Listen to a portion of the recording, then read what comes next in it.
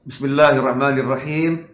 Alhamdulillahirabbil alamin. Allahumma shalli wa sallim ala sayidina Muhammadin miftahi babi rahmatillah adada ma fi ilmillah salatan wa salaman daimaini bidawami mulkillah wa ala alihi wa sahbihi. Assalamualaikum warahmatullahi wabarakatuh. Saudaraku yang dimuliakan Allah, mudah-mudahan Anda yang lagi melihat tayangan ini mendapatkan barokah, hidupnya bahagia, gak mengalami susah, kalaupun susah datang segera sirna dan berganti dengan kebahagiaan. Amin. Insya Allah kita akan bersama-sama belajar, bersama-sama cari ilmu. Kehidupan muslim, kehidupan mukmin tiap hari harus dapat tambahan ilmu. Kenapa demikian? Karena baginda Muhammad SAW sendiri menyatakan, kalau terbit matahari di suatu pagi, kemudian di pagi itu, di hari itu aku tidak mendapatkan tambahan ilmu, maka di hari itu aku tidak diberkati. Bayangkan, baginda Muhammad SAW sendiri menyatakan seperti itu. Karena itulah Allah mengajarkan pada Rasulullah SAW untuk mendapatkan tambahan ilmu selalu. Allah pun perintahkan Rasulullah untuk berdoa minta sama Allah. Dalam Al-Quran disebutkan, wa qur rabbi zidni ilma. Dan katakanlah wahai baginda Muhammad SAW, Rabbi zidni ilma. Ya Allah, berilah aku tambahan ilmu. Insya Allah melalui tayangan ini kita akan belajar bersama-sama kitab Al-Hikam. Kitab yang lumayan tebal, ya, insya Allah kita bisa menghatamkannya. Kalau kita khatamkan kitab ini, kita dapat ilmu yang banyak dan ilmu yang manfaat, insya Allah. Kitab Al-Hikam ini karya Ibn Athaillah Al-Iskandari rahimahullah. Ya, mudah-mudahan insya Allah kita panjang umur, ya. Panjang umur, sehat wa'afiat, fita'atillah, bisa menyelesaikan kitab ini dan kitab-kitab yang lain. Al-Hikam karya Ibn Athaillah, seorang ulama yang lahir tumbuh besar di kota Iskandariah, Mesir. Di kota itu, di Wasa itu banyak ulama besar. Sebetulnya Ibn Athaillah adalah bukan ahli tasawuf di awalnya. Di awalnya beliau adalah ahli fikih, ahli hukum. Nah, karena beliau ahli fikih, ahli hukum, dewasa itu tidak bisa menerima ilmu tasawuf. Pada awalnya, gak bisa menerima ajaran-ajaran sufi. Dan Ibn Athaillah menentang ilmu-ilmu tasawuf yang tersebar di Iskandariah. Suatu ketika Ibn Athaillah mengeluarkan kalimat yang keras, ya, ucapan yang keras menegur seorang sufi yang ternama di Iskandariah, yaitu Syekh Abu Abbas Al-Mursi. Teguran keras tersebut rupanya membuat Ibn Athaillah berpikir.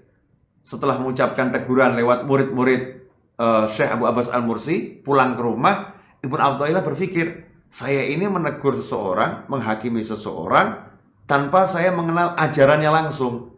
Saya cuma mengenal ajarannya dari murid-muridnya. Ini sesuatu yang nggak benar, sesuatu yang nggak betul. Makanya Ibn Athaillah pun menyatakan, saya akan datangi majelisnya. Kalau dia betul, ya saya akan terima kebenarannya. Kalau dia salah, ya udah, akan semakin jelas salahnya. Maka Ibn Athaillah besoknya datang ke majelis Syekh Abu Abbas Al-Mursi rahimahullah, seorang sufi di masa itu di kota Iskandariah, yang ajarannya semula ditentang oleh Ibn Athaillah. Nah, ketika hadir di majelis Syekh Abu Abbas Al-Mursi, Ibn Athaillah terkejut karena majelisnya sangat terasa kental rohaninya. Kemudian ilmu yang disampaikan, yang diucapkan sangat berbeda dari apa yang beliau dengar dari orang-orang. Maka jatuh cintalah Ibn Athaillah kepada Syekh Abu Abbas Al-Mursi. Beliau pun pulang ke rumah. Sampai di rumah gak bisa tidur. Ya, terus merenungkan ucapan Syekh Abu Abbas Al-Mursi. Dan beliau berkata, besok saya harus datang lagi. Ya, ini ilmu-ilmu yang disampaikan, ilmu yang tidak saya dengar dari apa yang saya pelajari selama ini. Besoknya beliau kembali ke majelis Syekh Abu Abbas Al-Mursi rahimahullah. Dan ketika melihat kedatangan Ibn Athaillah, Syekh Abu Abbas Al-Mursi pun bangkit berdiri menyambut Syekh Ibn Athaillah. Saat itulah Ibn Athaillah yang semula benci, yang semula gak suka, ya, yang semula gak cocok, yang semula mengkritik dengan keras, ketika melihat Syekh Abu Abbas Al-Mursi, Ibn Athaillah pun menyatakan, wallahi, demi Allah, sungguh aku sangat mencintaimu. Ikhwani rahimakumullah, dari sini kita bisa memetik pelajaran, ya. Apa itu? Jangan suka menghakimi orang lain tanpa kita meneliti dulu kebenaran dari berita yang kita dengar. Jangan mendengar dari orang-orang kemudian menghakimi orang lain. Datangi yang bersangkutan, tanya langsung, ya, dan minta penjelasan apa maksudnya. Tabayyun, sehingga tidak terjadi salah paham dan kita tidak rugi. Ya, kita tidak rugi. Ibn Athaillah karena beliau tidak ada kesombongan dalam hatinya, ya karena ada insaf, ya hatinya itu juga mau belajar dari orang lain.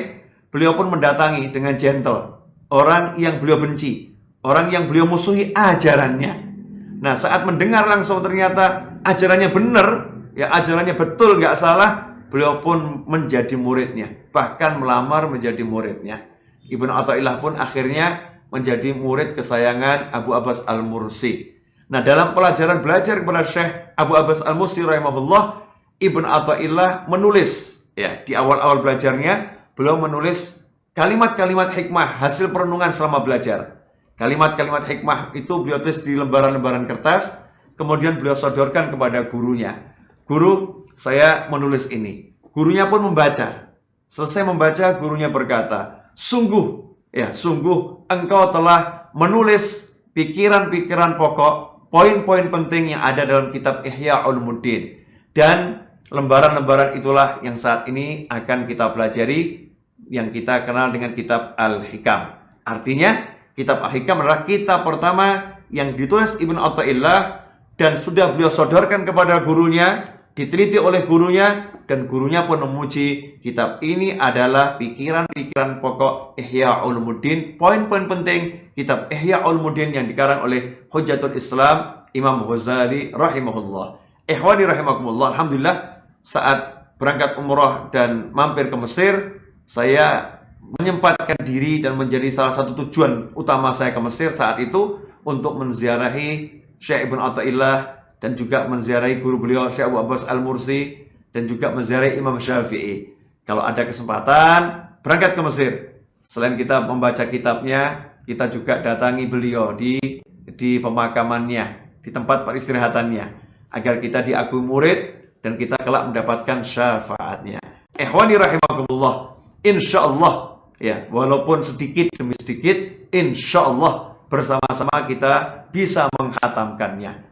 Jangan lupa terus belajar kitab Al-Hikam bersama saya, ya melalui channel YouTube saya Habib Novel Alidrus.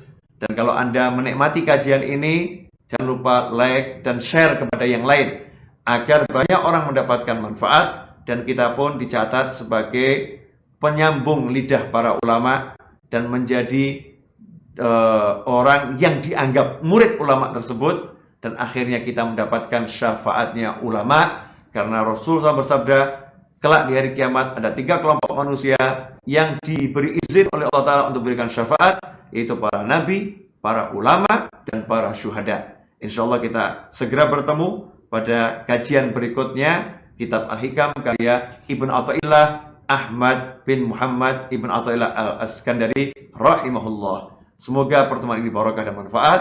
Saya mohon maaf. Wabillahi taufiq wal hidayah. Wassallallahu ala sayyidina wa maulana Muhammadin wa alihi wa sallam. Walhamdulillahirabbil alamin. Wassalamualaikum warahmatullahi wabarakatuh.